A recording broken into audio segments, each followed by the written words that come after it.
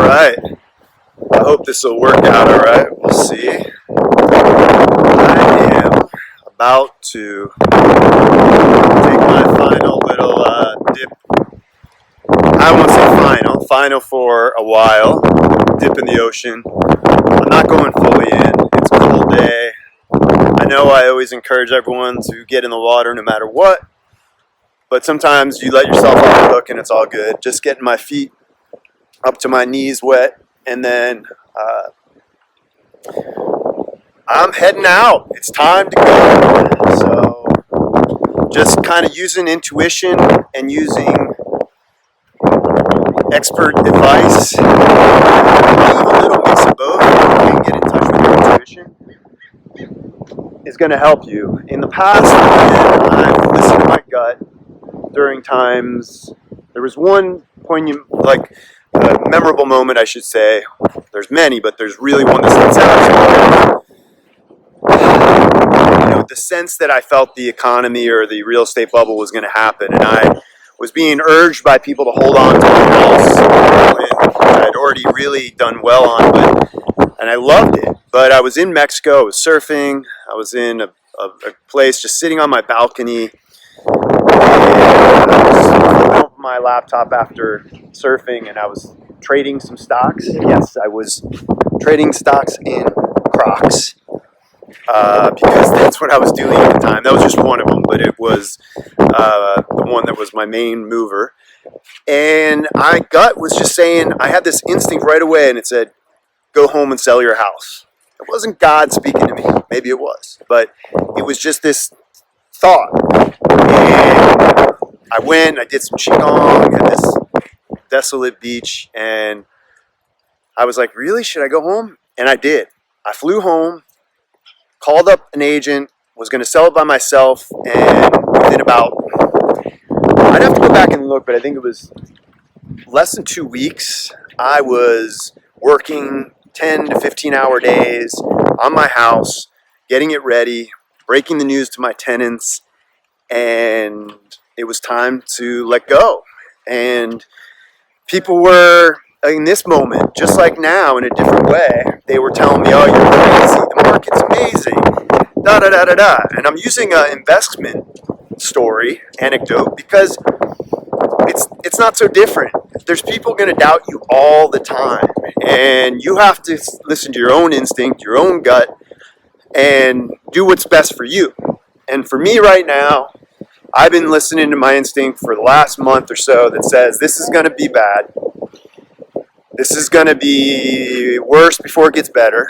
And I'm not panicking, but I want to go to where I'm prepared. And what's prepared me all these years of being chronically ill and being an outdoors person, and all this time I've been spending over the last few years immersing myself more in nature to get better,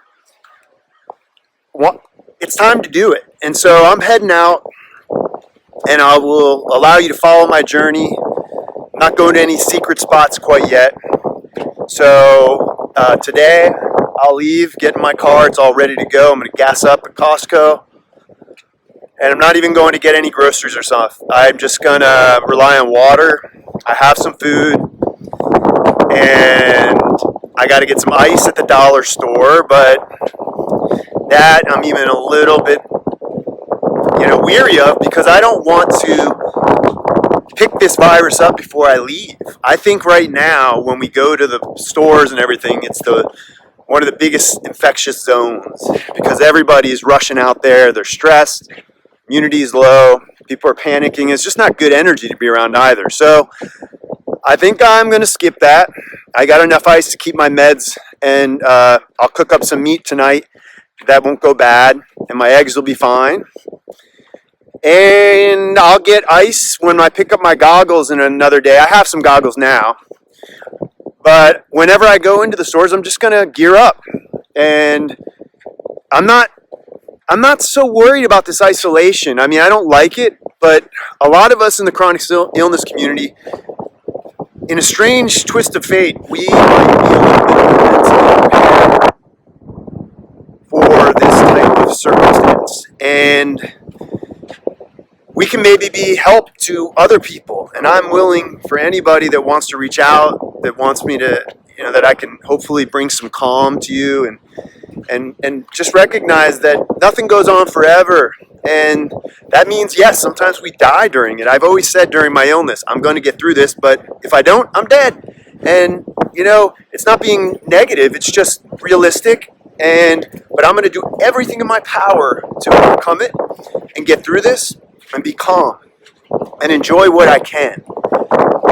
So that's what I'm going to try to create and flip this experience right now into a moment that I can work hard, that I can write, that I can finally post, which you're going to see a lot of on my Instagram and everything, lots of photos that I've been taking over the years.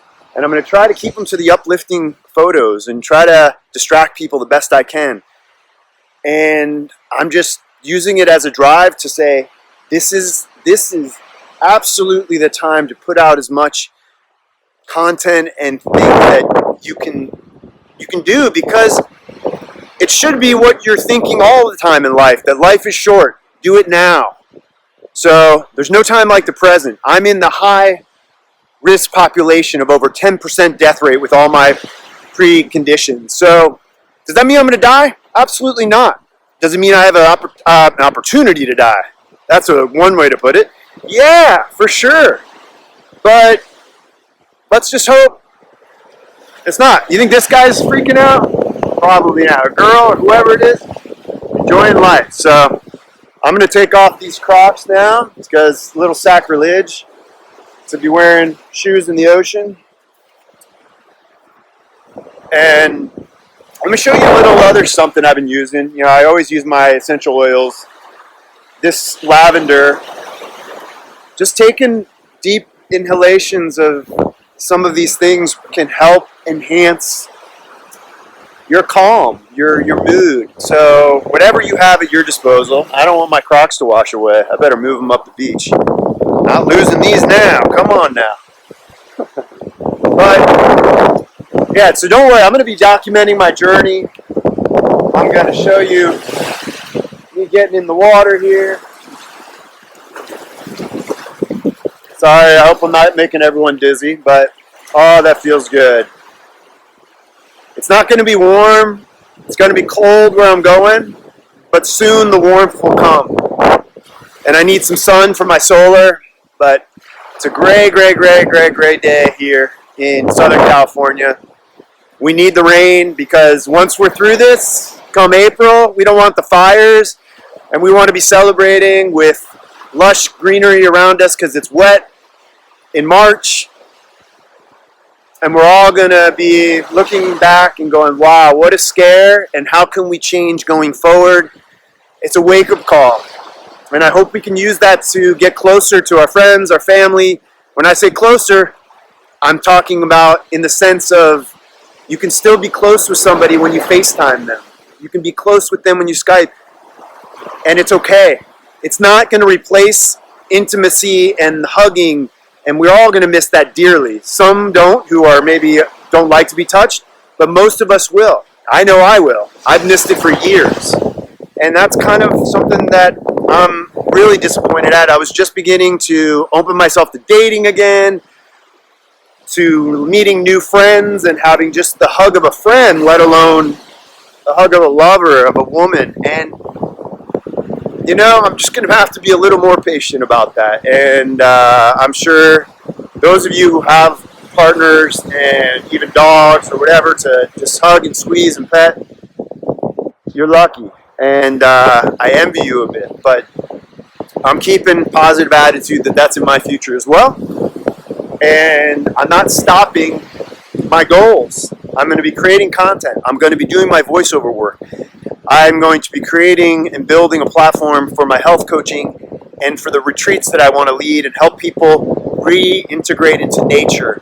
Help those who are chronically ill to show them the skills that they can get into nature with some assistance even.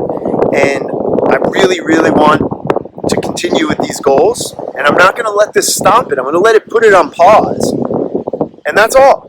And I think everybody else, I know everybody's losing business, they're losing their livelihoods. But take it from a guy who's homeless now. Take it from somebody who can't go out and and buy supplies and stock up. You know, if I'm not panicking, maybe it'll help you not panic. I don't know. Or maybe you'll think I'm just crazy or stupid. But I promise that you're going to be, I can't promise you're going to be okay. Shit happens in life. But I'll say, if you can put it in perspective, if you can reframe it a bit, and sometimes you just want to like throw your hands down and go and cry and just say, this fucking sucks. I'm so bummed I can't tour with my comedic show. I have friends who are doing that type of thing. Or I was just about to drop my demo for voice, or I was just about to do whatever it might be. I was in line for a bonus this year that was going to help pay and for my kids' education or take them on a trip. Or maybe it's as trivial as buying a fancy handbag for somebody. I don't know. But we all have things we're mourning, but if we can take some perspective, I believe it can help. But you are entitled, everybody's entitled to cry, to mourn, to be bummed out about this. And I won't take that away from anyone. I understand, and it sucks.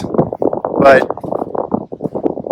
there's some light, just like I was always trying to take these photos of light coming through, or a light sky coming through against darkness, because I really believe that's what I always am trying to do, and I think a lot of people who have been sick can relate to that.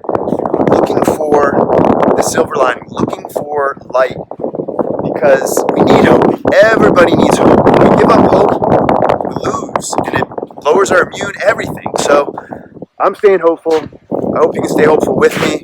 I hope you can like and subscribe and interact with me here as we go through, because we need community more than ever, and I'm relying on my online community to help me through this as well. All right, much love. Thanks for following, and be safe out there.